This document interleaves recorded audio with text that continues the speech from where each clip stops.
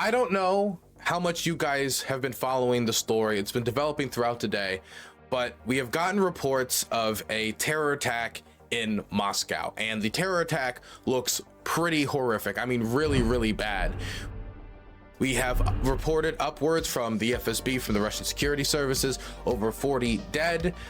Now, if you don't trust the FSB, then you could probably trust your eyes, because there is plenty of footage from tons and tons and tons of perspectives that would be really difficult to fake. And the only reason I'm putting this out there is because, you know, I feel like a lot of people have entrapped themselves in kind of like a post-truth bubble online. So I want to make sure that people don't just dismiss this story out of hand. So I just want to make sure people, you know, have confidence in what they can see. There are so many different photo angles and different videos of bodies strewn about both outside and inside the building, of the building where this happened, which was in a shopping center in a small city in the Moscow Oblast.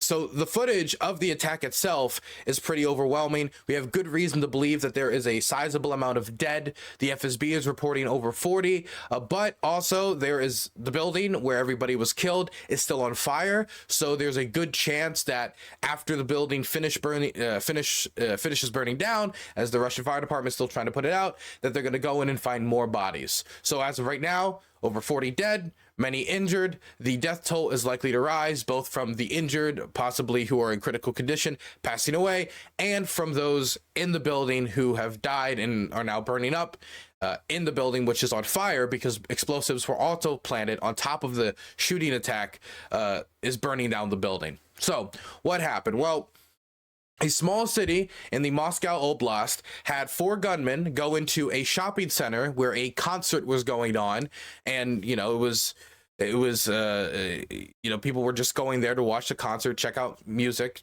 do whatever. And the 4 gunmen entered the building and started opening up fire very randomly. Now, I don't know how much footage I can show you, but something that I've noticed from the footage, and I haven't seen stressed enough, or it stuck out to me, so I'm going to make note of it. I'm not going to say that's a particularly important point.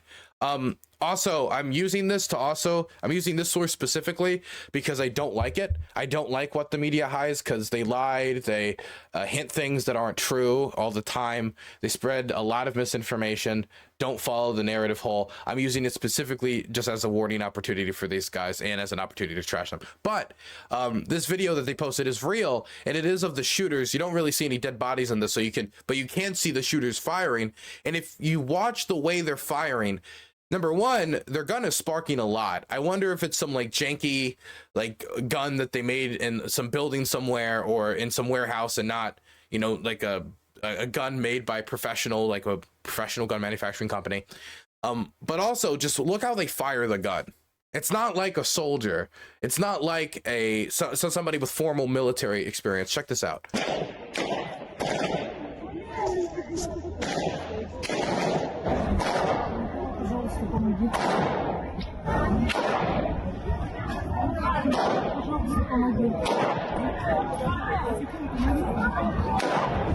So there's other videos that show this better, but in the other videos you can clearly see the dead. You can clearly see the dead, and so I don't want to show, and you can see them shooting the people. And in another video, I think maybe I could show you like the first few seconds of it, but I can't show more than that. This is the video right here. He walks up to these people. You can see the gunman up there towards the city mall at the top. He walks up to those people in the left-hand corner, and he just takes the gun and he goes like this over and over and over, almost as if he's trying to throw the bullets at the people. And the only people I see do that are like really poorly trained militiamen or like terrorists. Like those are the, like, and when I say terror, I mean people on a suicide mission, right? So I'm not going to say that this is definitive evidence of anything, but I am just going to say that this doesn't look like a bunch of professional soldiers. This does not look like special forces. This does not look like some like trained hit squad who went out there. So I think a lot of people who are immediately throwing out theories about like, oh, this is a CIA. And by the way, even if it would be contracted to someone. So the idea that these would even be CIA is already ridiculous, but I saw so many theories. So the first thing I want to say is these do not look like highly trained professionals. These look like amateurs. These look like amateurs. That's one of the first takeaways I saw from it, because you are not a professional soldier and you're going like this with a machine gun, with a rifle, with any type of weapon. An RPG, you go like this, you're gonna kill everybody. And also the weapons, as you can see, they were sparking, so it leads me to believe that these guns are probably not of the highest quality as well. Now, again, that's an assumption. Maybe something else was causing the gun to spark. I don't want to make too many assumptions, just something that I'm just thinking out loud. Maybe I'm even thinking out loud a little too much. I can't play you a lot of this footage, and the reason why is because there are so many dead bodies, and it's not only is it horrific, but there's Twitch terms of service, there's YouTube terms of service. So I'll instead play you this footage of the audio of them firing the guns, and you can hear as this person was hiding.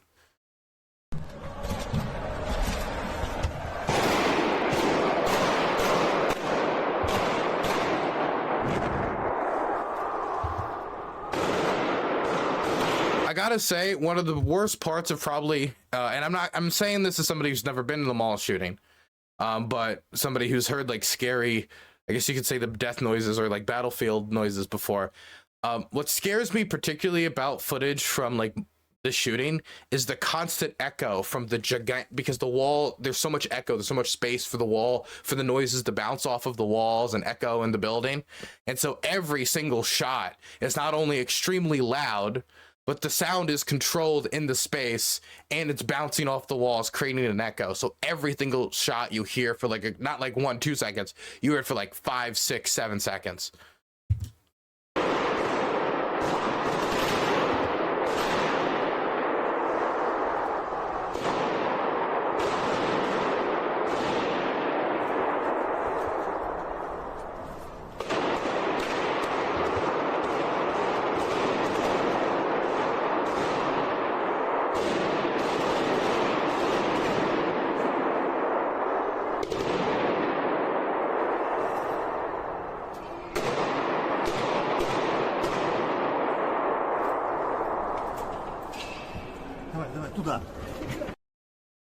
Man, it's awful. Awful. Obviously, once the shooting started, tons of people started running away. This is a crowd of people running away from the attack, and somebody recording it. I'll read the subtitles. Terrorist attack. People running across the bridge. A lot of people running. A lot of people. Quite a lot. A bridge full of people running. They say there's a terrorist attack. People are being killed in the city hall. So as this is going on, as the attack is happening, as it's ongoing, as the attackers are presumably getting ready to flee, the reports are blowing up online, and then Telegram had a massive spike in outages all across Russia. Now, let me just throw out there, a lot of people immediately started speculating like, oh, wow, who would have thought maybe the Russian government is trying to cover everything up. Number one, you can't cover up an attack like that. Maybe you can try to suppress information for a bit. You can't cover up an attack like this. Not with so many different perspectives. What it really is probably, and again, I'm speculating here, and I don't want to speculate, it could be anything from, you know, a deliberate attempt to take it down. Handler 69 has donated $5. Russian amateurs.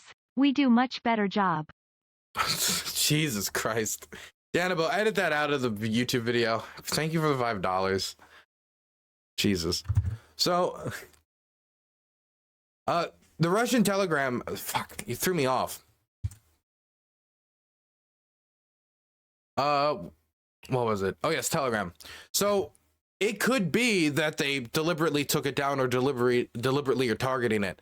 Or it could just be that there's a massive terror attack happening in Russia, and so everybody's rushing to Telegram to try to find out information as fast as possible. To me, right? Occam's razor leads me a lot more towards the latter than the former, but I wanted to comment on it because it is true that that's going on, that's happening.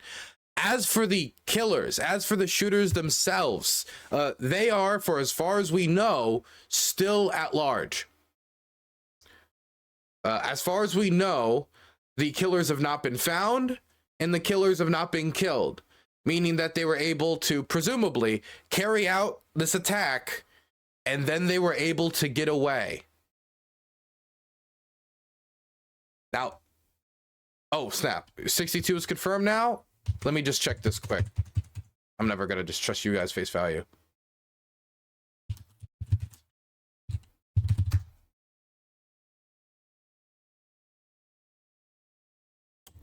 Yep, you're right. 62. Yep, 62. The number's rising, and it probably will continue to rise. The death toll will probably continue to rise past 62 as well. Again, this is breaking news. I'm trying to be very careful about what I talk about. I'm trying to be very careful about what other information I introduce here. But yeah, 62. The number's going to probably continue to rise as well. I'm not going to keep updating during this report because I just don't want to keep going back and forth. It's fluid. Go check out the numbers yourself. Go check out the numbers as they continue to update. What else do we have here? Oh, yes. Now, after the attack happened, the perpetrators get away. Obviously, this is worst case scenario in any terror attack. Not only was the terror attack carried out and you've got dozens dead, but the perpetrators have gotten away, which means not only have you not brought them to justice, but due to the fact that these people just went out there and just killed all these individuals, just killed a ton of people, there's a good chance that these people will go do it again if they're not caught. Because from their perspective, if you're thinking about this like from the terrorist perspective here, they just went out there, carried out this gigantic terror attack, and they're all fine. As people, probably from the footage that we've seen, with not a lot of military training experience, they're not professional soldiers, and they got away from the nation that's currently at war, that's mobilizing. They were able to get away. So in their mind, if they just sit and wait and try to get underground, there's a good chance they're going to get fought and get killed anyway. And if they were willing to go out there and risk their lives to do this in the first place, and they didn't turn around at any point in it, they kept going and going and going, killing all these people, then there's a good chance that they might think of it like, hey, we got away, I guess we can go do another attack and do another attack until we get taken out, because if we sit here, they're probably going to take us out anyway. They're eventually going to find us, so might as well attack as soon as we can and take out more people. So not only is this a disaster from the perspective of, wow, all these people died, but it's a disaster from the perspective of they still haven't caught the perpetrators and there's still an ongoing security risk. There's not only a question of catching these people to deter future people from doing this, as a deterrent, because you want to bring these people to justice so people feel like they can't do this freely and just get away with it, but these people in and of themselves are also an ongoing security risk. An ongoing security risk, and they haven't been caught. So Medvedev, though, and a bunch of other officials, and we're going to go through some of the claims, have already jumped out there and are starting to point this way, point that way, accusation this, accusation that, before any of the evidence has come out. Medvedev, who is the former president of Russia, who's been a close Putin crony since the first campaign when Putin ran for president in 1999. If you go check out old footage from the campaign trail, Medvedev is one of the few officials from that time that was part of Putin's inner circle that is not dead, exiled, or otherwise removed from political life.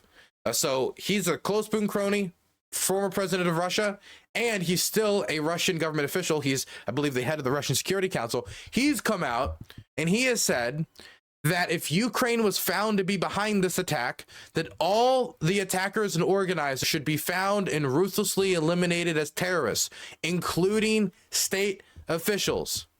So this is a direct point at Ukraine saying, if you did this, we're going to eliminate your government officials. Now, he's not the first, he's not the only person to come out and say this. A different Russian government official, the chairman of the Committee of Defense and Security of the Russian Federation Council. Now, this is not an extremely high-ranking government official, but it is still a Russian government official. Viktor Bordarov told Russian state media that he thinks what happened in that city was done by the Ukrainian government. So there's already some positioning from some Russian government officials to either hint in the direction of Ukraine, one, to directly point in the direction of Ukraine. And if you're on Russian Telegram right now, or at least a few hours ago, I haven't checked in the last few hours after the recent update, which we're going to talk about in a moment, Russian Telegram was all just speculation about Ukraine this, speculation about Ukraine that, Ukraine did it for this reason, that reason, this reason, and a few pieces of evidence that have come out. When I say a few pieces of evidence, really the only piece of evidence trying to connect this to Ukraine that I've seen posted online, as reposted by Russian Market at RU News, is this minivan outside of the concert hall. This minivan with the message: a suspicious white minibus with Ukrainian license plates is being checked in the parking lot near the city hall. Now, it doesn't say that this is their vehicle, just that it's being checked. But then I saw this getting shared everywhere. Now, I took a closer look at this, and I'm not the only person who took a closer look at this. I saw other people as well. And I noticed that the license plate number was blurred out. But I also spent a lot of time in Ukraine. And I looked at that license plate, and I was like, I don't know about that. I mean, it's the long style license plate that is common over there, but that's also common in other countries outside of Ukraine. It's common in other nations as well. And so I looked at the format, and I looked at Ukrainian license plates that I know that usually look like this, and I was like, no. That dash doesn't look right. You know, the length looks right, the dash doesn't look right. Doesn't look right connected to this.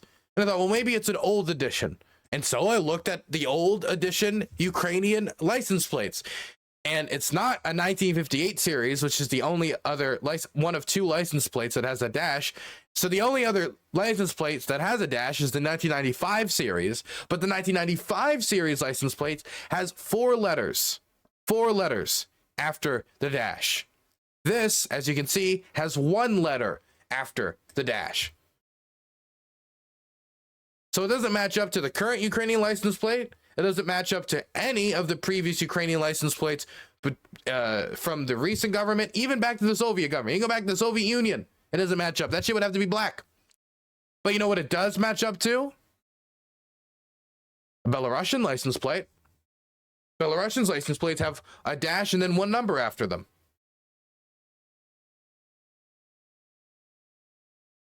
I don't know if it's a Belarusian license plate, because conveniently, you can see here that it's blurred out due to the logo of the person who reposted the video. But there's a good chance that it's not a Ukrainian license plate. It's a Belarusian license plate. Belarusian license plate. Now, this is not to like harp on about this van. This van's not particularly important to the story. It's to just put out the point that a lot of the information you get right after a terror attack happens, where people post images of the supposed shooter. I've seen a bunch of images of the supposed shooters, and so many of them are like old Al-Qaeda operatives or old like Chechen warlord, the people who were killed like more than 10, 15, 20 years ago, of old people, or all these pictures of Sam Hyde getting reposted again. And I just want to give you guys the warning that you're not from Ukraine. A lot of you guys aren't from Belarus. You're not from these places. And so you won't be able to notice these little intricacies. Oh, wait a second. That's not a Ukrainian license plate. And not only that, as a developing story, a lot of people, I call them, I don't know, information predators. I need to think of a phrase for these people. But right when these news stories drop, they try to get as much traction and as much ad revenue as possible, either because they're A, an attention whore, B, they're greedy, or C, both. And so you got to be careful when people post stuff like this to just wait for the news story to develop, because you don't know the region a lot of the time, and people are purposely trying to manipulate you for clicks. So try to only rely on trusted sources and not just rando accounts, definitely not pro-Russian accounts like the ones that were posting this. Anyway, putting aside the license plate fiasco, outside of what the Russian government was saying, which is that it was done by the Ukrainians, the Ukrainian government came out and said, no, this was not done by us. We didn't do it. This is nonsense. And then Ukrainian military intelligence came out and said, not only was it not done by the Ukrainian government, it was actually said the shooting was a deliberate provocation by Putin's special services.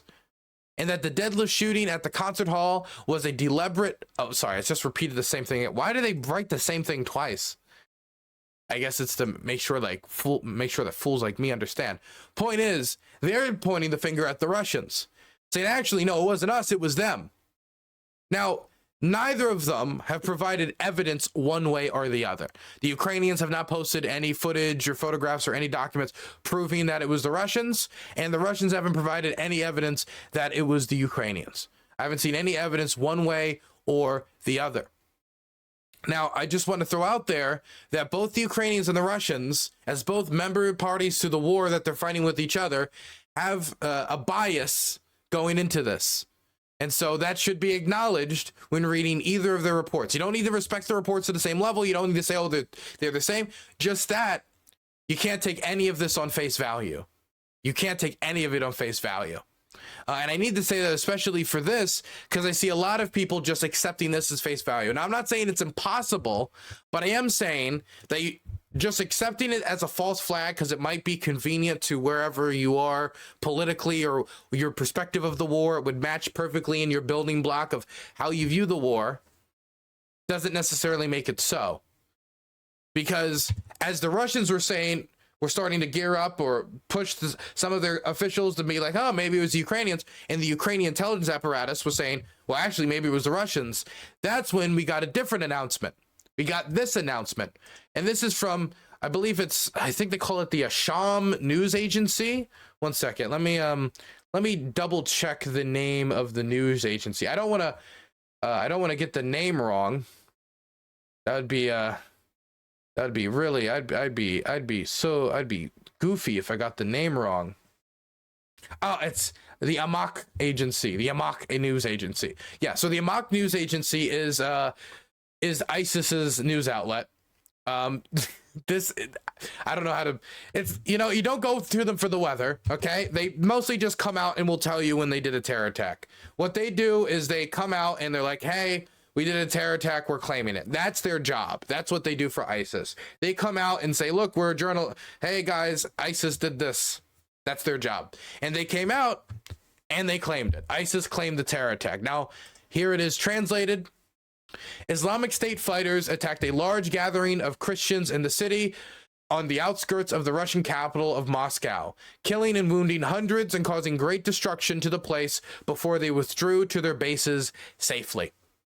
And so the reports of the fighters getting away, according to ISIS, not only are they claiming the attack, but that the fighters who carried out the attack, which has killed over 62 people, wounded many others, the building where it was done is still burning to the ground. There's a good chance more will be reported dead in the coming hours. They got away. And they say withdrew to their bases. Now, if, again, I said this before, and I need to give this warning again. If they withdrew to their bases, if they are still alive, there is a very, very, very good chance that they're not just going to call it quits and retire from terrorism. It is not easy to retire from terrorism because once you do a big terrorist attack like this, you will be on the run if you try to live for the rest of your life. You will be like Osama bin Laden. That you live in caves, you live in this. Tell us more, Dylan. Don't say that. You live in caves, you'll live in the woods, you'll live in the wherever, but you got to stay out of the public eye.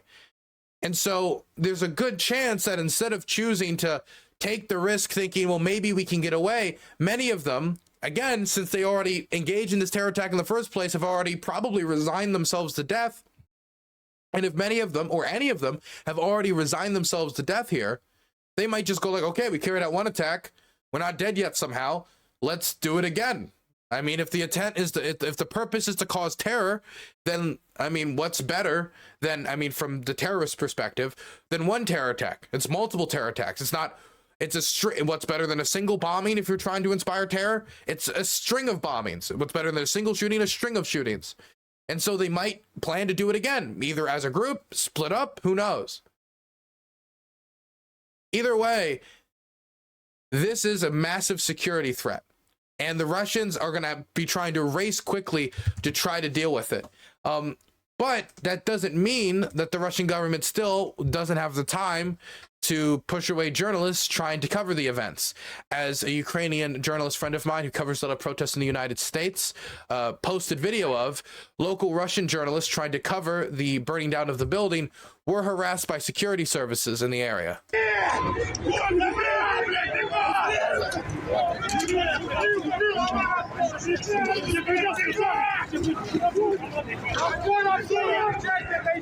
Расходимся! Поживее!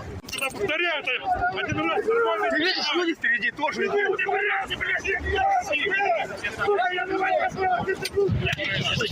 Не трогайте человека!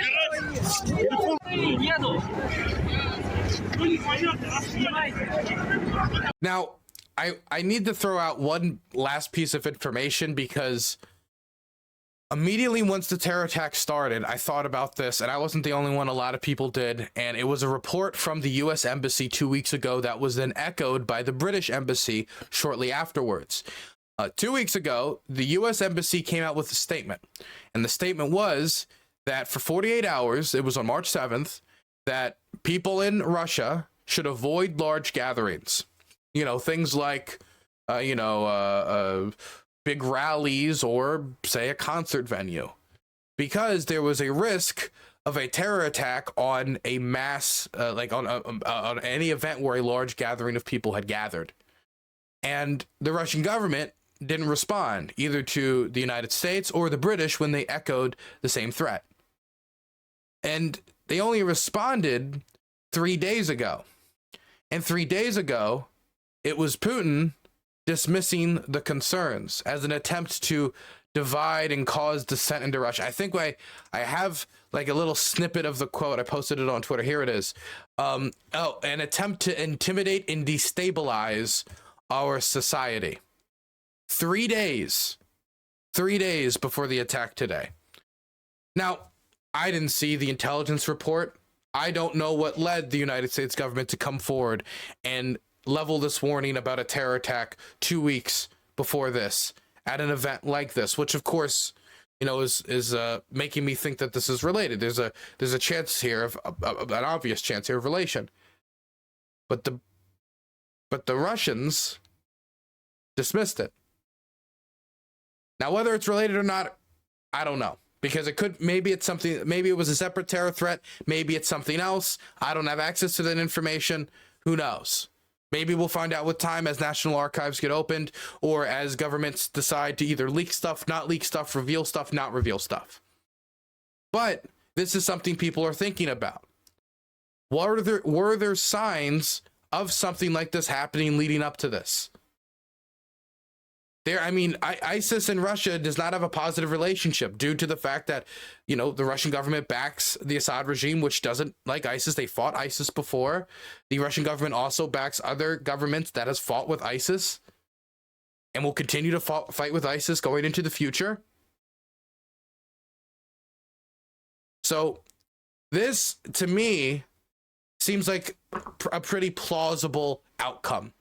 As in, this seems like a plausible thing of style of events. If you were to ask me what's most likely right now, and I'm saying this without too much information, from looking at how those fighters behaved while they were doing the attack, from ISIS claiming the attack, from Russia's history with ISIS, that is a plausible scenario in my mind. I'm not saying I know that for sure. I'm just saying that if you were to ask me what's the most plausible scenario as of right now as to what happened, it isn't some Ukrainian deep state attack or even a Russian false flag. It would be me thinking that ISIS did a terror attack here, and now the Russians are scrambling to try to catch these people, deal with the event, as they did not have a fantastic response time in trying to stop these shooters as they attacked the concert hall. That's what I think. But we'll have to wait and see as more information comes forward. I don't like making predictions for the future. There can always be more information that comes forward that I don't have access to. But as of right now, this is absolutely horrific.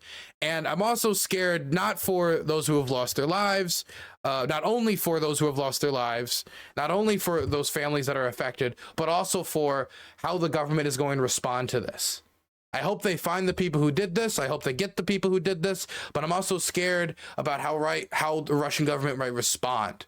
Because if some officials are already pointing at Ukraine, I am fearful of an attack that there's a decent chance has literally nothing to do with the Russian invasion of Ukraine, could be used to go after Ukraine. Hopefully that is not the case, but I would not put that above Putin to do that. I would not say, oh, that's something that's below the man to try and do something like that.